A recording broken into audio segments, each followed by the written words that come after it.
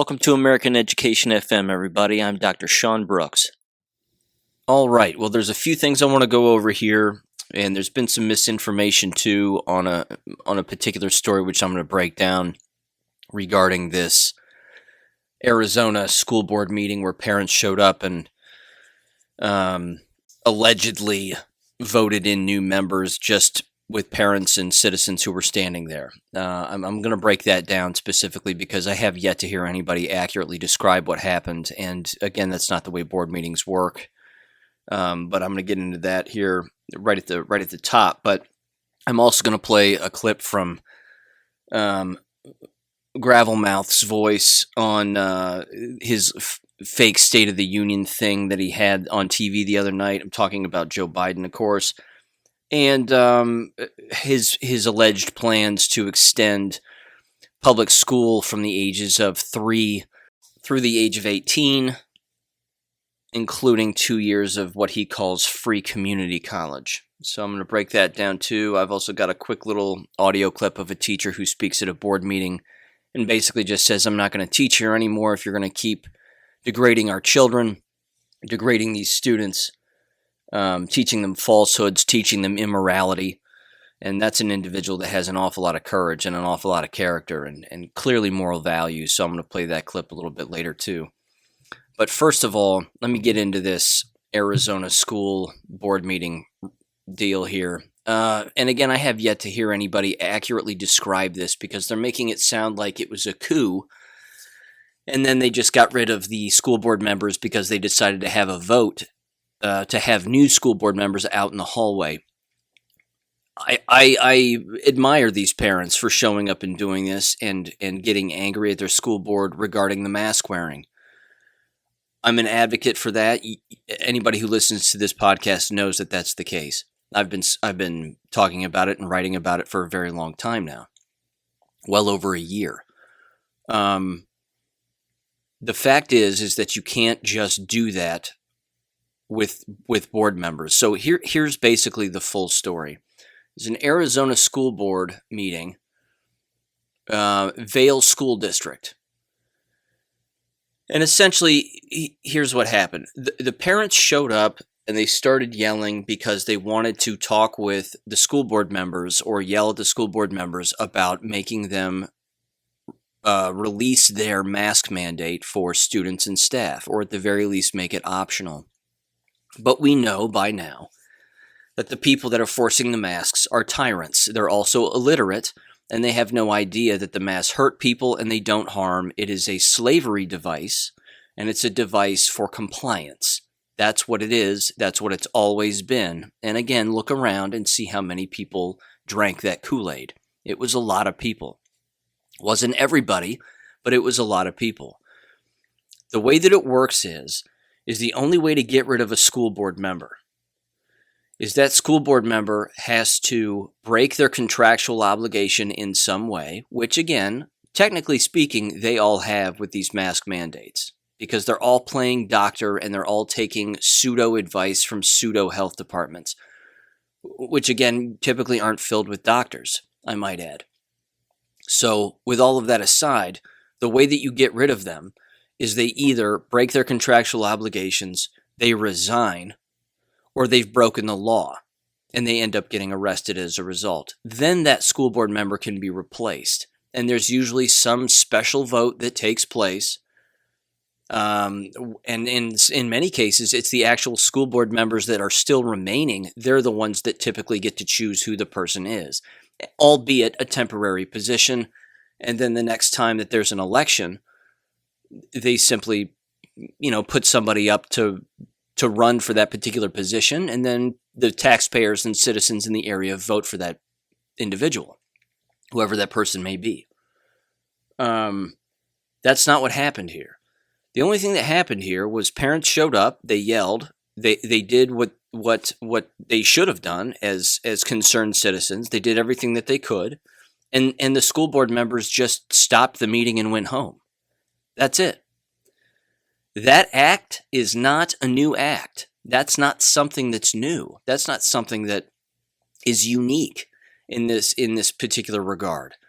Parents showing up at school board members and yelling about their concerns and not giving an inch is a good thing. And school board members just walking away out of the school board meeting or just ending the school board meeting as a result of that reaction from parents or teachers or students or whoever's concerned citizens, them just walking out and leaving, that's not a new thing. It happens in countless school districts all of the time, even before 2020. So again, it's not a new thing. Now, there's a neat little hidden thing that did take place as a result, although it's not even hidden, it's on film, and anybody can go and watch the film. But what they did is the parents and the community members in that building, in the entranceway of the administrative building, they basically said, okay, these school board members walked out of the meeting. We're going to vote in new ones. Now, they're not really voting in new ones. That's not really what they're doing. But what they did do with their, again, righteous indignation, and rightfully so, again, is they ended up basically selecting individuals who are willing to be on the school board, and people participated. And then they said, do we have an aye? And they went, aye. Do we have a nay? And then there were a couple of no's in the background, which was kind of funny. You just hear this, no. And then that was it. And they agreed, and then they had their picture taken and whatever else. Well, that's all fine and dandy, but they're not going to be school board members until there's an election, or unless those school board members that are currently holding those positions resign. That's the only way that happens. That's the only way that change occurs. Again, the thing that I think was cool about it is they inadvertently selected as a group of people who is going to replace these school board members, because now, given the amount of parental involvement that's taking place with these mask abuses, you've got a lot of parents that are really upset. You got a lot of teachers that are really upset, and I can't think of an easier thing to run on as a alleged or supposed or future elected official than running against mask wearing. You simply say, this is the board member that implemented mask wearing all of the time on everybody, and I never will. You'll win. 9 times out of 10, you'll win. That person will win. Now, this Vail School District in Arizona has clearly selected fantastic patriots, supposedly, who are not going to mandate the mask wearing and want the mask wearing to be lifted, which again is a very common sense thing to run on when you're running against people that have been mandating these draconian, totalitarian practices from the very start. So, again, I applaud the parents, but I'm just tired of countless people sort of jumping on this and saying, well, they just voted them out. They just ran them out of there. And now they have new school board members. It's no, that's not what happened. That's not the way that it works. I wish it worked like that. I wish it was mutiny on the bounty, but it's not. It's just not the way that it works. But again, what they did inadvertently and in their rage and whatever else you want to call it, they ended up basically selecting people that they want to run in the next school board election. And again, those people will win. And hopefully that school board and those new potential members will learn the word no. They'll just learn the word no. And they'll start to engage in freedom and independence and maybe get rid of the critical race nonsense, and they'll get back to reading, writing, and arithmetic, and all the things that should have been there in the first place. So that's the real story behind that. As far as I can tell, it's, They didn't run them out of there and basically kick them out of their elected positions, because you can't do that. Now, on to Marblemouth here. Here's a quick little clip, about 3 minutes long. Listen to the communism in everything that he says. Listen to the absolute communism in everything he says, and there's a few points at the end I'm going to make and kind of summarize what he says, but God, is he hard to listen to. All right, here we go. I can tell you, I spent a lot of time with President Xi. Traveled over 17,000 miles with him. Spent, they tell me, over 24 hours in private discussions with him. When he called to congratulate him, we had a 2-hour discussion. He's deadly earnest about becoming the most significant, consequential nation in the world. He and others, autocrats, think that democracy can't compete in the 21st century with autocracies because it takes too long to get consensus. To win that competition for the future, in my view, we also need to make a once-in-a-generation investment in our families and our children. That's why I've introduced the American Families Plan tonight, which addresses four of the biggest challenges facing American families and in turn America. First is access to good education.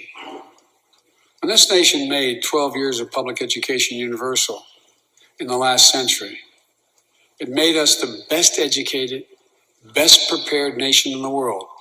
It's, I believe, the overwhelming reason that propelled us to where we got in the 20th century.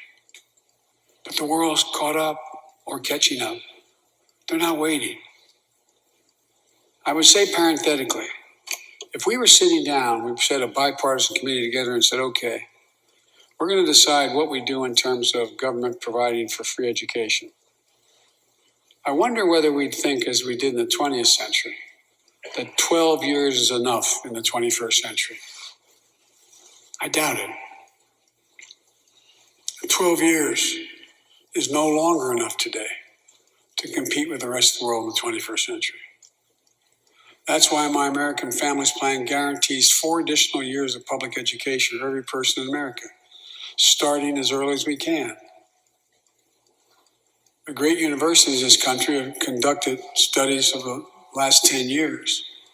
It shows that adding 2 years of universal high-quality preschool for every 3-year-old and 4-year-old, no matter what background they come from, puts them in the position to be able to compete all the way through 12 years and increases exponentially their prospect of graduating and going on beyond graduation. The research shows when a young child goes to school, not daycare, they're far more likely to graduate from high school and go to college or something after high school. When you add 2 years of free community college on top of that, you begin to change the dynamic. We can do that. All right, then. Well, let's see. Where to begin with Mushmouth here? First of all, fun little fact about Joe Biden, if you were unaware. I typically stay away from this on this podcast, although I'm going to mention more and more things as we go along here regarding the sort of factual history of particular events. One of them, of course, has to do with him, and his first wife and daughter were killed in a car accident, very suspiciously, I might add. And Joe Biden ended up marrying their teenage babysitter, who would babysit his first wife's children, who, of course, is now Jill Biden, his current wife. So if you didn't know that, yeah. He started dating his teenage babysitter. So there's that. Okay, now, Joe Biden mentioning this in this communistic meeting that he had in Congress where there were only invited guests, only everybody's masked, everybody's distanced to the bone. It's pretty ridiculous. But this business of extending one's time in school, first of all, is not unique and it's not new. This is one of the oldest communistic plays in the Communistic Manifesto and the Communistic Book that exists. This stretches way back to the Frankfurt School, if not before that. It also stretches back before the presidential election of 2020, when Kamala Harris openly came out and said that she wants the school day, every school day, to be approximately 2 to 3 to 4 hours longer on a day in, day out basis, which is absurd. I can't think of any teacher that would support such a thing. Now, he's decided to take a different approach, and they've probably all met and discussed it. And what an intelligent conversation I'm sure that was. But as he's saying this, Kamala Harris is sitting behind him, nodding profusely, just kind of, oh, yes, of course. So she has her dirty fingers in this as well. And again, the business of extending one's time under the government thumb of education is not new. They have to get children while they're young. They have to indoctrinate them as soon as humanly possible. And as it becomes a little bit harder, per se, when a student gets a little bit older, in particular in the teenage and more rebellious years, they'd rather get them when they're 3, 4, 5 years old. That's really when they'd rather groom them and train them to be good little communists and good little worker bees as much as they possibly can. However, even though that's awful and a complete communistic nightmare, what they don't tell you is that that is all of that is also rooted in not just the Frankfurt School, but their apprentices and the people that were influenced by it who made their way over here to the United States, such as John Dewey. And I've spoken about him before in the podcast, but he wanted children to not learn how to read until the ages of 8 or 10. The simple reason for that is that if a child doesn't read all the way up until that age, then you have more of a chance to influence them through horrific experiences by just showing them things and telling them things. Because again, it's through reading where an individual actually can start connecting the dots between a factual telling of history and a false telling of history.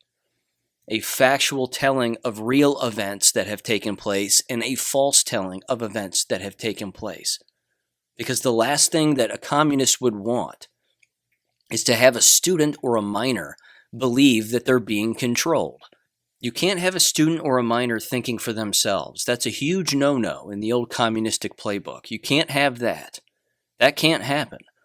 So it's government that has to do the thinking for the child. It's government that has to do the raising of the child instead of the parent. And again, there are plenty of parents that are 100% fine with having government raise their children. We know this. This is commonplace. It's unfortunate, but it's commonplace. So there were a few points specifically that he brought up. Again, the preschool starting at age 3. It's solely for brainwashing and indoctrination.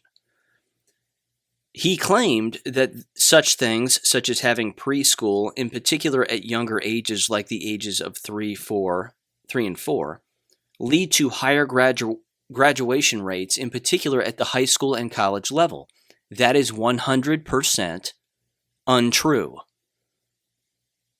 That is not factual at all. There is no evidence, none, zero, it's completely made up, that if a child goes to preschool, that they are more likely to graduate from high school or college. That's not true. No research to back that up whatsoever. It's a common communistic talking point that if they just say it over and over and they just point at a blank wall and say, well, the research says that this. No, the answer is no. There is none. It's fake. And if there is some, it's flawed purposefully so that he can stand up there where he stands and say what he says and believe it. So there's that. And that's an interesting little lie that he just casually tossed in there. Free 2 years of community college, he said. Who's going to pay for that?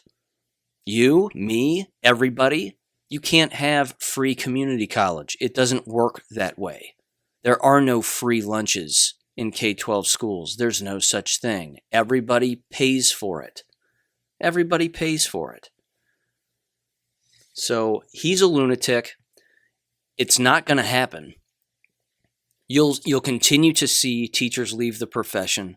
You'll continue to see teacher education programs crumble. Because again, as I've stated in the past, those are the departments that crumble first at the college and university level. And then they won't have any recruits because no one will want to be a school teacher. Because who wants to teach for 4 more hours a day every single day? And why on earth would you want a child in a government education institution from the age of 3 all the way through potentially college?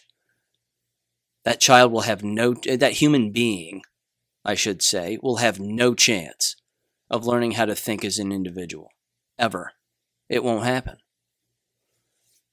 So with that in mind, here's a teacher who tends to agree with me, and I'm going to play his quick little video clip. Give this a listen. And he's speaking at a board meeting. And again, as a school teacher doing this, he's probably lost his job, but he certainly has a lot of courage for telling the truth, and I commend him for that. And some individuals prefer they as a pronoun. Like meat or bot, they are my best friend. We got kids that can't read and write, and then we're going to teach them incorrect grammar. I mean, it's ridiculous, okay? Who gave permission to talk about this? Okay, there's 2 genders. If you're born with a penis and you have testicles, that's just anatomy. You're a male. If you have a vagina and ovaries, you're a female. A man cannot menstruate. A man cannot lactate and breastfeed a child. You cannot give birth if you're a man. If you want to be an adult and do whatever you want with your life, I'm okay with that. Don't push this ideology on children. I'm not going to work in a district that's okay with that. You need to make a clear statement on how many genders are there, because parents they're already pulling their kids out of public school. They're doing homeschool options. They're going online. It's going to increase as this liberal ideology comes into our schools. This isn't a political indoctrination camp. Okay, it's public education. We want to teach education. And then the clip just cuts off right there. So he's right. He's 100% right. Everything he said, right. There's nothing else I can add to that. He's 100% right. The individuals that are pushing this are destroying their own jobs, their own livelihood. They're destroying it themselves, and they don't even know it. The fact that they don't even know that that's what they're doing, I think, is one of the biggest and most telling aspects of this entire charade. They don't know that they're crushing their own position because they actually believe, because many of them are brainwashed, they actually believe that they're in the majority when they aren't. They are in the vast minority. And I've said it before, the fastest way to close down a school would be for a group of parents to simply not send their children to that school. If you had 50% attendance, everybody would notice that in a blink of an eye. And then everybody would panic. Well, why we have 50% attendance? And then those students never come back. And those parents never send their children back to that school system. The number of firings that would have to take place within that school district would be astounding, because every single building in a public school is allocated a certain amount of teachers solely based on the number of students that are in that building. If the students are gone, then the teachers are gone. If the teachers are gone, why do you need so many administrators? Then the administrators are gone. And then that goes all the way up to the district level. Well, why do we have so many district officials here? Then they start firing district officials. It's a simple game of attendance. If you don't attend, the game can't be played anymore.